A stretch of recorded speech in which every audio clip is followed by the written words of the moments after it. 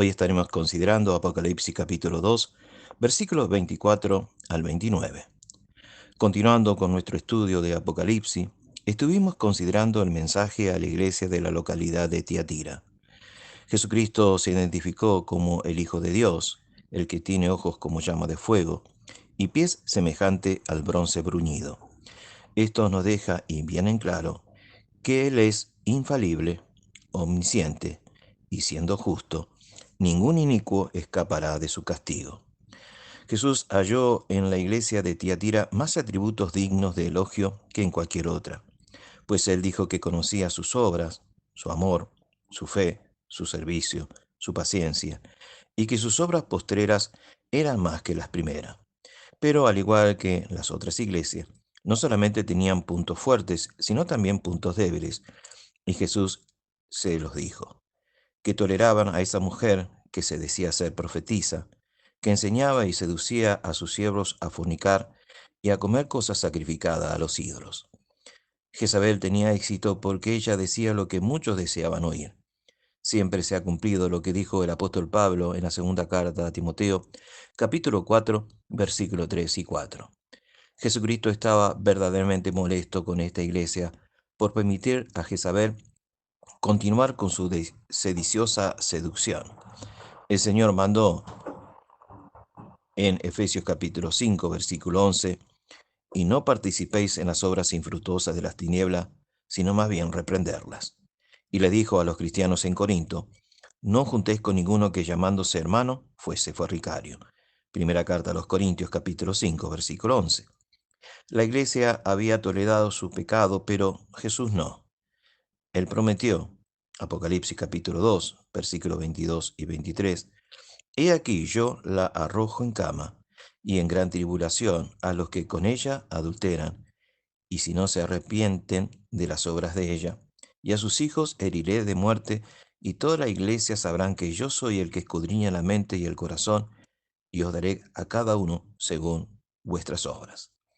En los versículos 24 y 25, la carta cambia del tono y pasa inesperadamente de la severidad a la ternura, pues se nos dice, pero a vosotros y a los demás que están en Tiatira, a cuantos no tienen esa doctrina y no han conocido lo que ellos llaman las profundidades de Satanás, yo os digo, no os impondré otra carga, pero lo que tenéis, retenedlo hasta que yo venga.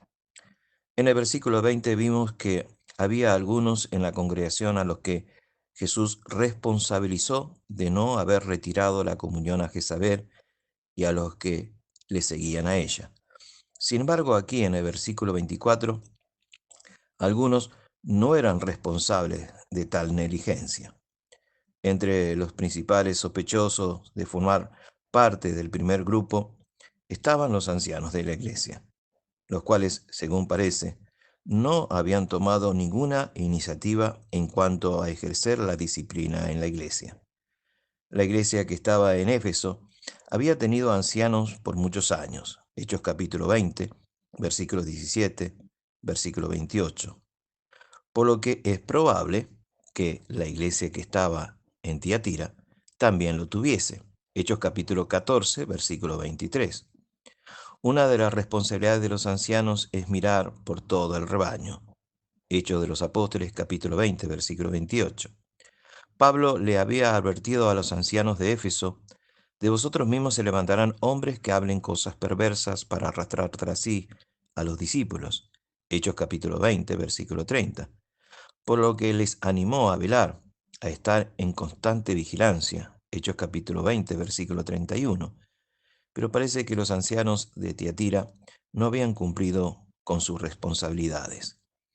Quienes formaban parte del segundo grupo, pienso que se trataba de miembros fieles que reconocieran el peligro que representaba el grupo de Jezabel, pero que se veían imposibilitados para actuar por carecer de la autoridad necesaria. A esto Jesús les dijo, no os impondré otra carga, pero lo que tenéis, retenedlo hasta que yo venga. Versos 24, tercera parte, y verso 25. Puede que la carga que se menciona aquí sea la responsabilidad de disciplinar a Jezabel y sus seguidores pues es lo que en el contexto parece dar a entender. No los voy a cargar con la responsabilidad de resolver todos los asuntos. Ustedes han hecho lo que han podido. Responsabilicen ahora de retener las bendiciones que les he dado y mantenerse fieles a mi palabra. Jesús hizo promesas especiales para darle aliento a aquellos que actuaran conforme a su voluntad. Se nos dice ahora en los versículos 26 y 27, al que venciere y guardare mis obras hasta el fin, yo le daré autoridad sobre las naciones y las regirá con vara de hierro, y serán quebradas como vaso de alfarero, como yo también las he recibido de mi Padre. Lo primero que le prometió Jesús fue la autoridad.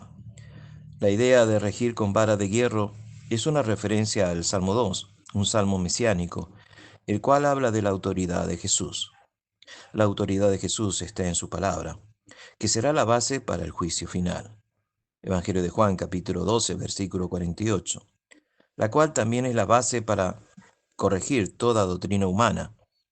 Es muy probable que este grupo de cristianos opositores a la doctrina de Jezabel fueran menospreciados por los que sí la seguían a ella, así como lo fue Jesucristo en su ministerio terrenal por parte de los escribas y de los fariseos. Pero Jesús es quien da la autoridad para regir con la verdad y le promete además que los haría partícipe de su victoria sobre el mal. Se nos dice ahora en Apocalipsis capítulo 2, versículo 28, y le daré la estrella de la mañana. Este es un astro que aparece sobre el horizonte momentos antes del amanecer. En el último capítulo de Apocalipsis, Jesús se identificó a sí mismo como la estrella resplandeciente de la mañana. Apocalipsis capítulo 22, versículo 16. Por lo tanto, está hablando de darle plena comunión. Jesús quería darle a los cristianos de Tiatira algo con lo cual pudieran alegrarse de antemano. Así como el lucero de la mañana es el precursor de un nuevo día, la negra noche que desesperanza pronto pasaría para que un nuevo día lleno de esperanza amaneciera en sus corazones, teniendo la plena seguridad de que la comunión con Dios, la comunión con Cristo, le estaba asegurada. Versículo 29, Jesús concluyó con la exhortación que dice, el que tiene oído, oiga lo que el Espíritu dice a las iglesias. Notemos que esta es la primera vez en que esta exhortación viene al final de la carta. Y este será el modelo que seguirá con el resto de las cartas. Recordemos que si bien estas cartas fueron dirigidas a las 7 iglesias en la provincia romana de Asia, incluye a todas las iglesias de Cristo. Romanos capítulo 16, versículos 16. Como a cada individuo por tener oído. Somos responsables. Nadie queda excepto. En forma congregacional o en forma individual, tenemos que oír lo que el Espíritu dice a las iglesias. Muchas verdades se expresan en esta antigua carta, pero pongamos atención en 4 de ellas. Primero, el conflicto con el mundo continúa hasta nuestros días. Cada nueva generación de cristianos debe pasar las mismas pruebas que pasó la iglesia que estaba en esta localidad de Tiatira, la cual es estar en el mundo, pero sin ser parte del mundo. Juan capítulo 17, versículo 16. En segundo lugar, en la iglesia aparecen personas influyentes, las cuales pueden hacer que parezcan atractivo el error, pero no debemos ser inducidos al error. Los hijos de Jezabel siguen vivos hasta el día de hoy. Recuerden que las personas atractivas, encantadoras y talentosas no son necesariamente personas infalibles en cuanto a la doctrina o en cuanto a la moralidad. Todos deben ser probados por las claras enseñanzas de las Sagradas Escrituras, como se nos advierte en primera carta de Juan, capítulo 4, versículo 1. Y en ese sentido, tenemos que regir con vara de hierro para desmenuzar a todas las naciones que se opongan a la doctrina de Cristo. En tercer lugar, la ayuda del Señor está todavía disponible para ayudarnos a pasar nuestras pruebas. No debemos de desesperarnos. Cada una de las promesas incluidas en la carta habla del que venciere. En esta carta Jesús añadió una frase explicativa: al que guardare mis obras hasta el fin. Versículo 26, parte segunda. Si deseamos ser vencedores, debemos entregar nuestra vida a Jesús y hacer su voluntad, aceptando las consecuencias que ello nos pueda ocasionar. Si nos entregamos a Jesús, Él nos ayudará a superar cualquier problema, tanto espiritual como personal. Y en cuarto lugar, es posible estar equivocados hoy también.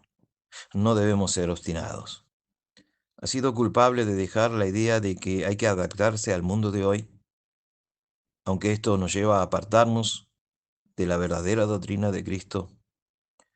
Puede que esta lección sea parte del plan del Señor para alentarlo a arrepentirse. Aplique este mensaje a su corazón. No deje pasar la oportunidad que le está ofreciendo el Señor en su gran bondad. Cambie su vida hoy mismo, para que al final el Señor le bendiga en lugar de maldecirle, que Él pueda darle plena comunión, como se lo está prometiendo a los cristianos fieles de la localidad de Tiatira. Continuaremos con el mensaje a la iglesia en Sardi en la próxima lección. Gracias por tu amable atención. Que el Señor te bendiga grandemente.